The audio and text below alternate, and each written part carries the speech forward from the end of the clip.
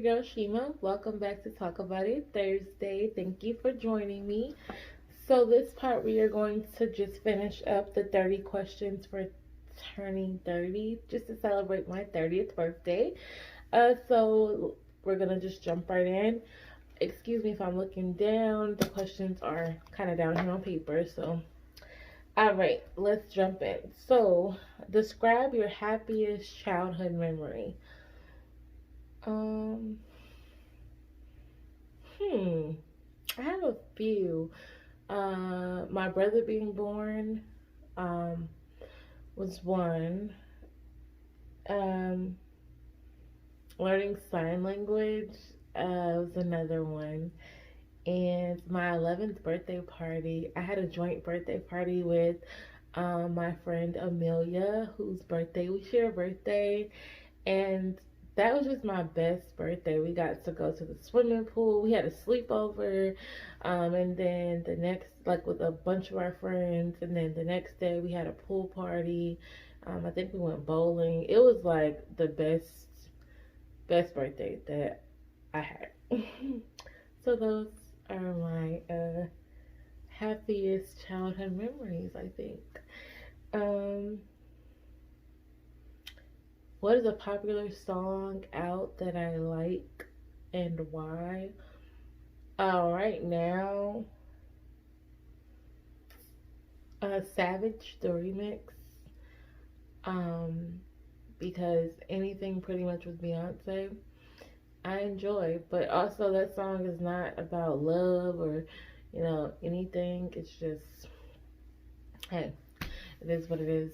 And then also Grateful by Kiera Sheard, which I know is, those are opposite ends of the spectrum. But if y'all haven't heard Grateful by Kiera Sheard, definitely go listen to it because it's just teaching us and showing us like the song literally says it ain't even that deep. Be grateful. And it just reminds you to take a moment, like through everything we're going through, take a second and just be grateful for everything that we have and all the blessings that we have. Let's keep on going. Hobbies and activities that bring me joy. Dancing.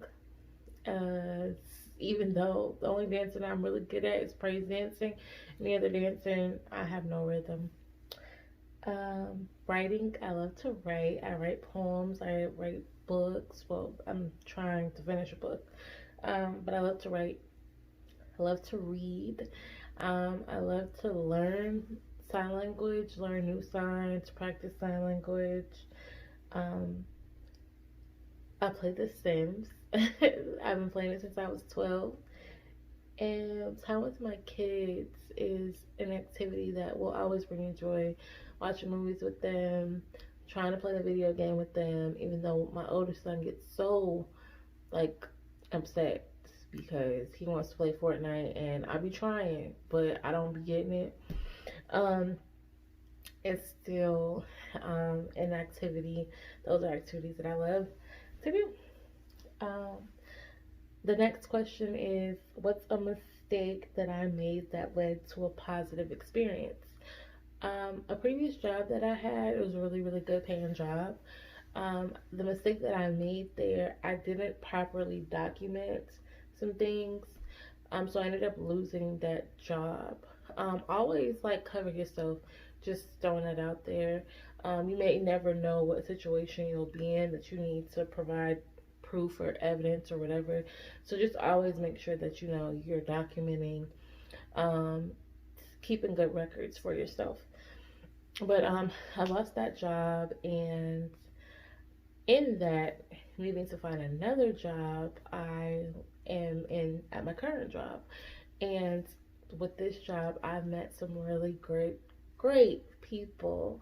And it just turned into a positive experience through losing a job and getting this job. I've learned so much about myself, um, just my strengths and just different things I've learned, lessons that I needed to learn.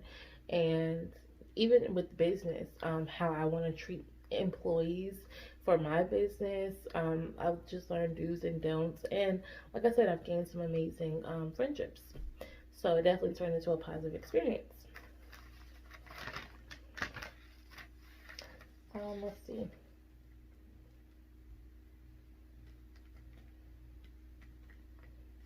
What is something I learned this week that I am thankful for? There's freedom in letting go. It's something I've learned, and also there's no. A lot of time we think about losses, but there's really turn your losses into wins. Because even if you lost something, you can turn that, change that in your mind to a win. You gain something. You lost a relationship, but you may have gained confidence. You may have gained strength. You know, you lost a job, but you know, what did you gain from that? Did you what did you learn on that job? You can take those experiences that you learned into another role. So don't think of things as a loss. Always think of it as a win. Turn it into a win. Change your mindset. Um, yeah. So let's see. Um, Another question is, how can you build boundaries without feeling guilty? I think that goes back to loving yourself. Once you love yourself and know yourself, you don't feel guilty setting boundaries because you realize you're important. And if something is hurting you or harming you or, you know, making you uncomfortable or whatever, and set those boundaries. Once you, like I said, once you know yourself and you love you, you show up for yourself. And one way you show up for yourself is to, you know, don't allow things or people to continue to hurt you. Um, yeah, so I think when you have self love, it is easy to set boundaries because you're not thinking like, oh, they're gonna be, you know, yeah, you might care how other people feel, but at the end of the day, you care about yourself and you want um, to be happy and to be comfortable. So let's see.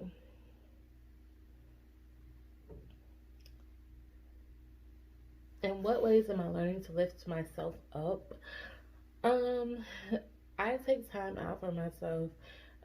Having a morning routine definitely has helped me. One of my friends mentioned it a while ago. Like having a routine in the morning sets your day on a good path. So I fill my cups in every area, spiritual, mental, you know, emotional, physical. Like I just take my morning, I try every morning to make sure I'm doing certain things. So, you know, I'm doing daily affirmations, I'm reading scriptures, listening to positive music, I'm doing, I think I might have said affirmations, I'm doing meditation, I'm trying to do yoga. So just showing myself love. Anytime I go in a mirror, I'm telling myself I'm beautiful and just pouring the love. I think I've said in a previous video, but pouring the love into myself that I give others. I try to be very inspiring to other people and encouraging to them. So just doing that same thing for myself. Um, yeah, that helps me and giving myself grace. I'm not perfect. I make mistakes. I sometimes don't, you know, I make a plan and I don't stick to it as far as goals that I have set for myself. So, not being so hard on myself, knowing like, hey, always improving, like not trying to give myself like slack, but you know, being hard on myself in a way that isn't like tearing myself down. Like tell myself like, hey, we gotta get this done, you know, but also knowing like things happen sometimes and if I fall short, picking myself up, dusting myself off and pushing forward. What's something I would do if I knew I couldn't fail? Act. I would be an actress. I would even if it's just in theater, or you know going off to Atlanta, Hollywood. I would be an actress. If I couldn't fail, that is what I would be doing. Let's see.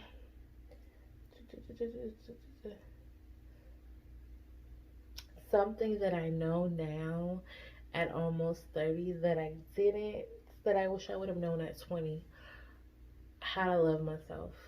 Um, I am knowing that I'm worthy of love, giving myself the love that I was looking for in other people, that I was expecting to have from other people. I think I did go into it before, but I just was looking for love in the wrong people, expecting family members to show me love, or boyfriends or friends or whatever. And um, you have to first get that love from God. Know that God is the source; He is your source. And also self love, really loving myself, knowing my worth, knowing that I'm worthy, and knowing that I'm beautiful. That is something that I wish I would have had at 20, that I have now, and it's great. So yeah.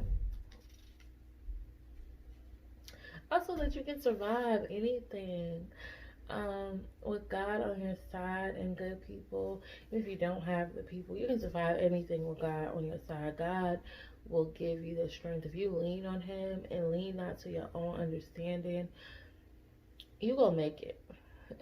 That is something I wish I would have known back then. I wish I would have had the faith that I have now. My faith has grown so much, from 20 to 30, and I just, I'm grateful for all the lessons that I've learned, the losses that I've had, just different things that have happened, because it's all made me into the person I am, and I love the person that I am now. So, yeah, let's see.